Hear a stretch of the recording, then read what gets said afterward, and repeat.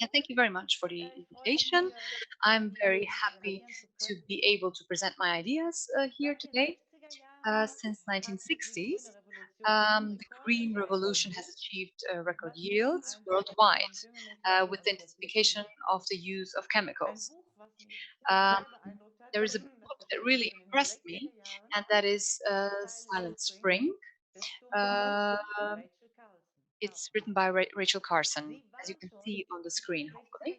She already, in the 60s, strongly warned about the dangers of insecticide use, especially DDT, for the environment and their usage.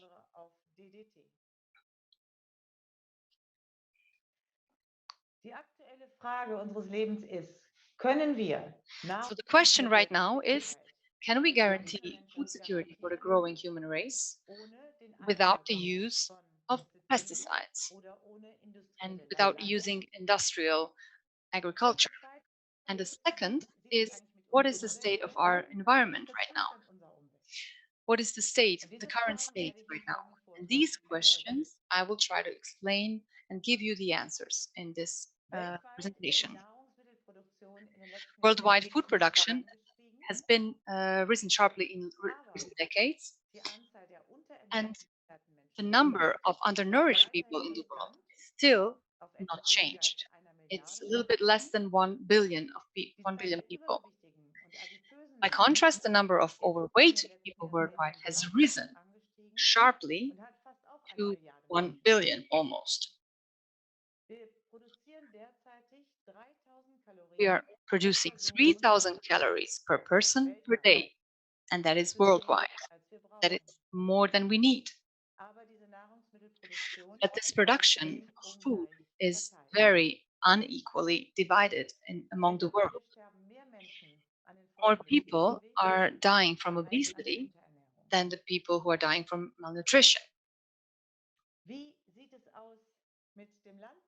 So, what is the situation with land in the world at the moment? The half of the Earth's surfaces is being used for agricultural production. Three-quarters of it just for food, and only one-third for direct food production. So, what does it mean? This means that there is not enough land at the moment, and it's used in a very singular way. And right now, the production of ecological and organic food is only 1% of the whole land. It's also very important to know, which most of you probably do already know, that 70% of the produced food um, is being consumed. 30% of the food is being destroyed, either through transport, after getting it, or when you put it in the supermarkets and the best before date is already over, or people just throw away food which they don't need in their own homes. When you look at the ecological production, it's 25%, which is less per hectare than the conventional industrial production. 30% of food is being destroyed and 20%, 25% is being produced. So we have to think about this. But I would like to now come back to the topic of pesticides. So what effects do pesticides have that are being used right now on the environment and also to us humans? In the EU, there are approximately 500 different active substances that are authorized to be combined with various additives. Of course, they use it in order to improve their effectivity. So this means that in Europe, we have 2,000, repeat, 2,000 different pesticides on the market in Europe. And the question now is, I would like to ask some questions. How are these substances actually tested before their approval? That's the first question. The second question, what residues are found in soil, water, and environment? And what are the effects of 60 years of pesticide use in our agriculture?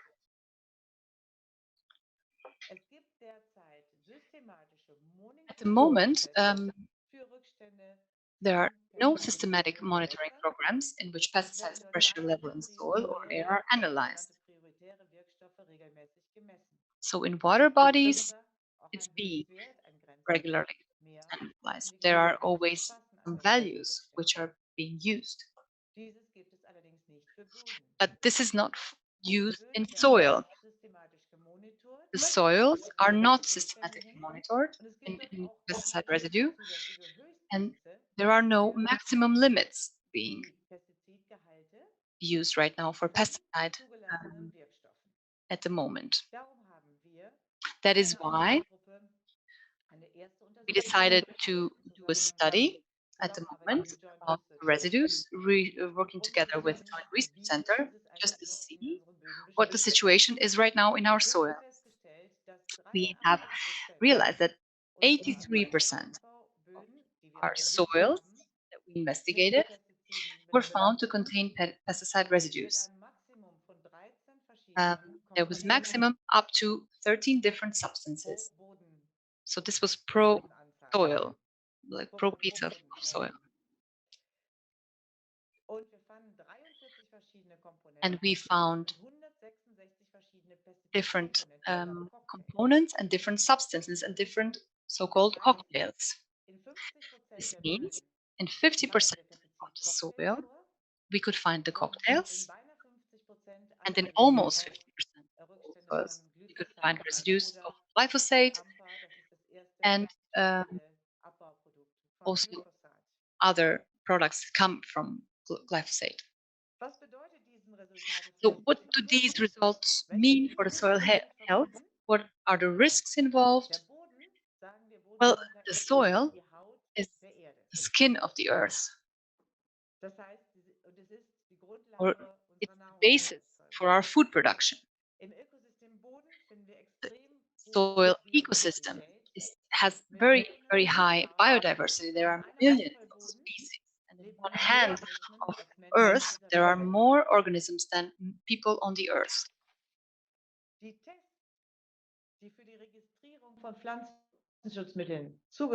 The tests that are being done or that are obligatory for allowing these, usually there are 5 different types of soil which is being tested, and there are millions of them in our soil. So there will be 5 chosen and one group of bacteria. These tests, they test mortality and reproduction rate, and they also test for 2 months maximum. So these tests, basically, what they do, they use the active substances and they think that they only contact these substances and not the cocktails. And it's difficult to find residues of these. For example, I'll give you one example with glyphosate and how this test has almost nothing to do with actual risks in the real world. Here you can also see the soil food web, for example, in this slide. Hopefully you can see it. And on this next slide, you can see the effects of glyphosate on the soil life. As I already said, there are always 5 different species that are tested and different bacteria. And then after this, glyphosate is low or moderately toxic for the soil organism. But what does really happen in the soil? Glyphosate kills all organisms, all of them, with the so-called shikimate pathway 1 that are important for body's own protein production. And which organisms are those? Those are the bacteria and fungi that promote plant growth, such as coryzal fungi that provides phosphate for plants. So this big group of bacteria dies after usage of glyphosate. And who survives? Logically, the organisms, the organism groups that have a different way of protein synthesis. So unfortunately, these are very often pathogens in the soil, mostly fungi such as Fusarium that survive in the soil and attack the plants from there. So this means using glyphosate, there is imbalance that is then in the soil, and only the pathogen organisms survive. And that is why the farmers use more fungicides or pesticides, and that's why they want to get rid of these pests. So nobody thinks about these tests. When you think about pesticide cocktails, it's even worse. Now, hopefully, you can see the next slide. The farmers spray the pesticide on the soil, but they do not stay there. Residues can be flushed from there into groundwater or surface water or be released into the air, very fine soil particles.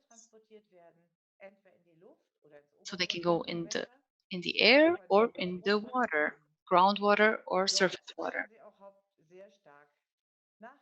And there you can find evidence. Recent studies show that pesticides pressure levels accumulate in fine dust, and we can breathe them in directly.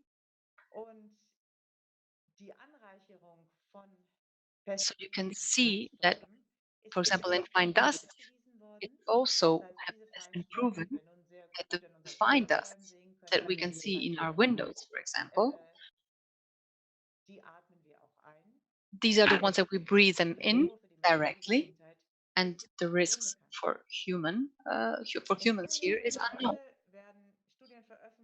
Increasingly, as well, studies are being published that draw attention to the disappearance of biodiversity, and the number of insects, as well as the death of bees. And besides habitat and climate changes, insecticides are mentioned as one of the drivers of this.